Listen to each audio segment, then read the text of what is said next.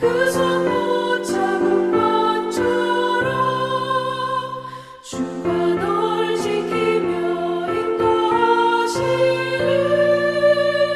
그 손 못 잡은 것처럼 내가 어둠 속을 걸어갈 때에 그 손 못 자국만져라. 주가 참 평안을 내게 주시리. 그 손 못 자국만져라. 그 손 못 자국만져라.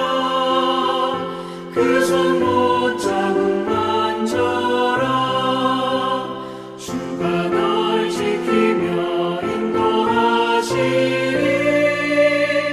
그 손 못 자국만져라. 내가 부활의 주 따라가려면 그 손 못 자국만져라. 내가 주 안에서 길이 살리라. 그 손 못 자국만져라. 그 손 못 자국만져라. 그 손 못 자국만져라. 주가 널 지키며 인도하시리. 그 손 못 자국만져라. 너의 죄악의 짐 무거울 때에 그 손 못 자국만져라.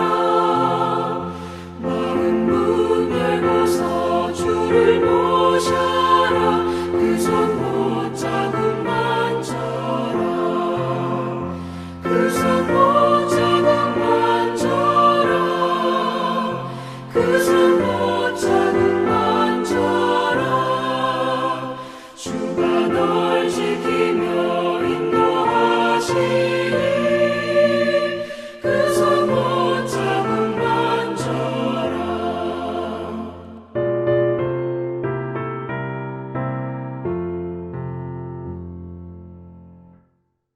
기도문 하시겠습니다. 하늘에 계신 우리 아버지여, 이름이 거룩히 여김을 받으시오며 나라의 마옵시며 뜻이 하늘에서 이룬 것 같이 땅에서도 이루어지이다. 오늘날 우리에게 일용할 양식을 주옵시고 우리가 우리에게 죄 지은 자를 사하여 준 것 같이 우리 죄를 사하여 주옵시고 우리를 시험에 들게 하지 마옵시고 다만 악에서 구하옵소서. 나라와 권세와 영광이 아버지께 영원히 있사옵나이다. 아멘. 오늘 함께 보실 하나님의 말씀은 시편 64편입니다. 하나님이여, 내가 근심하는 소리를 들으시고 원수의 두려움에서 나의 생명을 보존하소서. 주는 악을 꾀하는 자들의 음모에서 나를 숨겨주시고 악을 행하는 자들의 소동에서 나를 감추어 주소서. 그들이 칼같이 자기 혀를 연마하며 화살같이 독한 말로 겨누고 숨은 곳에서 온전한 자를 쏘며 갑자기 쏘고 두려워하지 아니하는도다. 그들은 악한 목적으로 서로 격려하며 남몰래 올무놓기를 함께 의논하고 하는 말이 누가 우리를 보리오 하며 그들은 제약을 꾸미며 이르기를 우리가 묘책을 찾았다 하나니 각 사람의 속뜻과 마음이 깊도다. 그러나 하나님이 그들을 쏘시리니 그들이 갑자기 화살에 상하리로다. 이러므로 그들이 엎드려지리니 그들의 혀가 그들을 해함이라. 그들을 보는 자가 다 머리를 흔들리로다. 모든 사람이 두려워하여 하나님의 일을 선포하며 그의 행하심을 깊이 생각하리로다. 의인은 여호와로 말미암아 즐거워하며 그에게 피하리니 마음이 정직한 자는 다 자랑하리로다. 아멘. 오늘 함께 보실 하나님의 말씀은 시편 64편 누가 우리를 보리오 라는 제목으로 같이 은혜를 나누겠습니다. 우리 같이 인사하겠습니다. 하나님이 보십니다. 인간은 정치적인 동물이다. 이 말은 아리스토텔레스가 한 유명한 말입니다. 사실 원어적으로는 인간은 폴리스적인 동물이다 라가 더 맞습니다. 동물이라는 말에 반감을 가진 사람도 있겠지만 동물 중에 인간만이 정치적인 행동을 하는 구분이 있다로 이해하면 좋을 것 같습니다. 여기서 폴리스는 그 당시 그리스의 아테네와 같은 도시국가를 나타냅니다. 아리스토텔레스 당시 그리스 주변에는 마케도니아, 페르시아와 같이 왕이 다스리는 통치체제를 가지고 있는 나라들이 있었습니다. 그에 비해서 그리스는 시민이 민주적으로 국가를 운영했습니다. 아리스토텔레스는 당연히 그리스의 정치체계가 더 우수하다고 생각을 했습니다. 그가 인간이 정치적인 동물이라고 보는 이유는 두 가지가 있는데, 첫 번째는 인간의 생존, 곧 혼자서는 살 수 없기 때문에 인간은 정치적인 동물이 되었다는 것입니다. 두 번째는 정치 공동체에 속하지 않는 것 자체가 자급자족이라는 이유를 넘어서 인간답지 못하다는 것이죠. 결국은 인간답다는 건 뭐냐면 정치 공동체에 속하는 것이라는 것입니다. 보통 경험을 중시한다는 이 아리스토텔레스는 서로 토론하고 소통하고 조율하면서 선한 일을 할 수 있는 능력을 인간이 가졌다고 생각을 했습니다. 그리고 그것을 위해서 국가의 형태로 모이게 된 것이라는 것이죠.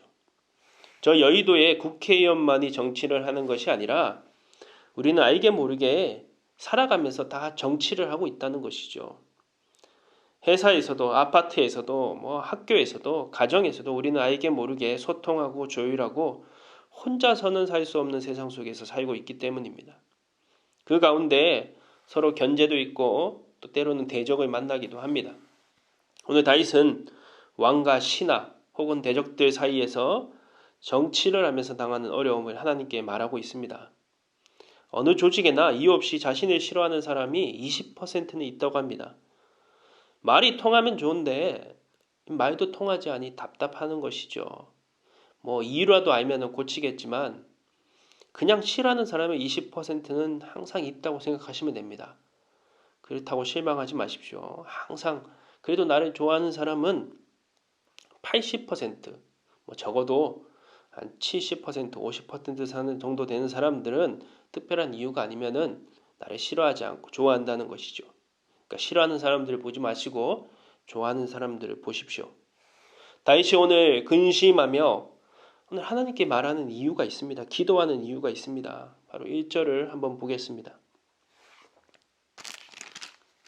하나님이여, 내가 근심하는 소리를 들으시고 원수의 두려움에서 나의 생명을 보존하소서. 다윗의 근심은 단순히 대적이 아니라 원수의 두려움이 자신을 위협하기 때문에 오늘 하나님께 기도하는 것이죠. 아마 다윗이 정치적으로 조율을 하거나 소통할 수 있었다면은 기도하지 않았을 것입니다. 이 시편의 배경이 역시 계속 등장하지만 압살롬의 반역이 일어나기 전에 다윗을 해하려는 사람들이 모여서 다윗을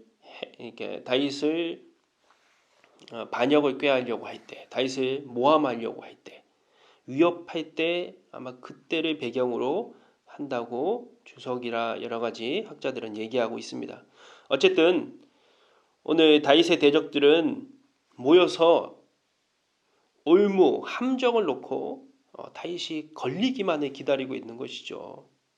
5절을 보십시오. 그들은 악한 목적으로 서로 격려하며 남몰래 올무 놓기를 함께 의논하고 하는 말이 누가 우리를 보리요 하며, 이들은 하살 같은 독한 말로 마치 요즘에 인터넷의 댓글들처럼 또 소문들처럼 다윗을 겨냥하고 계획을 모의하고 있습니다. 그러나 다윗은 이 모든 것을 알고 있지만 하나님 앞에 기도하고 있는 것이죠. 또한 이 작당하고 모여서 다윗에게 올무를 놓고 기다리는 사람들이 모르는 것이 있습니다. 다윗은 아는데 그들이 모르는 것은 뭐냐? 그들은 5절을 보십시오. 누가 보리요 이 모든 것을, 그렇게 생각하지만 다윗이 아는 것은 무엇입니까? 하나님은 보고 계시다는 것이죠. 7절을 보십시오. 그러나 하나님이 그들을 쏘시리니 그들이 갑자기 화살에 상하리로다. 정말 두려워할 것은 내가 혹시 하나님의 반대편에 있지 않냐, 이것이라는 것이죠. 하나님은 다 보시기 때문입니다. 10절에서 보듯이 그러므로 마음이 정직하는 자는 두려워하지 않아도 됩니다. 그 정직함 자체가 하나님과 함께하고 있다는 뜻이기 때문이죠. 때로 우리는 정치가 우리와 상관없다고 생각하기도 합니다. 때로는 이 정치적인 일들은 소망도 없고 하나님도 포기했다고 생각하기도 합니다. 그러나 우리의 삶이 계속되는 한 이 정치도 사라질 수가 없습니다. 인간은 정치적인 동물이기 때문이죠. 그러면 우리는 소통하고 조율하고 그 속에서 선한 일을 도모하기 위해서 노력해야 됩니다. 그러나 우리가 감당하지 못할 나를 싫어하고 나를 대적하고 나에게 올무를 놓는 사람을 만날 때도 있습니다. 악한 계획을 만나기도 합니다. 그때 우리가 놓치지 말아야 될 것은 무엇입니까? 이 모든 과정에도 하나님은 지켜보고 계시다는 것입니다. 그리고 하나님은 정직한 자를 그리고 최선을 다해서 사람들과 소통하고 조율하며 선한 일을 하기 위해서 노력하는 사람을 하나님은 기억하시고 함께 하실 것이라는 것입니다. 오늘 우리의 주변에 여러 가지 얽혀있는 관계들이 있습니까? 풀지 못하는 관계들이 있습니까? 사람이 인위적으로 그 문제들을 풀지 못할 때가 있습니다. 그러나 하나님이 그 모든 것들을 지켜보시고 기도하는 자를 가장 좋은 길로 이끌어 주실 것입니다. 대적들은 하나님이 보실 것이냐 누가 볼 것이냐고 착각하고 있지만 하나님은 지켜보신다는 사실을 항상 기억하시며 그 모든 악한 일을 도모하는 자들 그들처럼 복수의 길을 가지 마시고 하나님이 기뻐하시는 정직한 자의 길을 가시는 저와 우리 성도님 되시기를 주님의 이름으로 기도합니다. 잠깐 기도하시겠습니다. 하나님, 오늘 우리 주변에 세상을 살아가다 보면은 결국은 우리는 얽히고 설켜 있는 관계 속에서 정치를 하게 됩니다. 그리고 그 정치 속에서 나를 싫어하는 자도 만나고 좋아하는 사람도 만나게 됩니다. 때로는 이유 없이 나를 대적하는 사람들을 만나기도 됩니다. 설득을 하기도 하고 노력도 하겠지만 결국은 설득이 되지 않고 그들이 올무를 놓고 우리가 감당하지 못할 문제들 속에서 우리를 위협하고 두렵게 만듭니다. 그래서 주님 앞에 엎드릴 수밖에 없습니다. 기도할 수밖에 없습니다. 주님께서 그 모든 일들을 지켜보실 것이라는 그 사실 때문입니다. 그 모든 일들 가운데 우리가 그것에 더 악한 복수로 또 때로는 싸움으로 대응하는 것이 아니라 오늘은 하나님이 기뻐하시는 길로 그것들을 이겨나갈 수 있도록 인도하여 주시옵소서.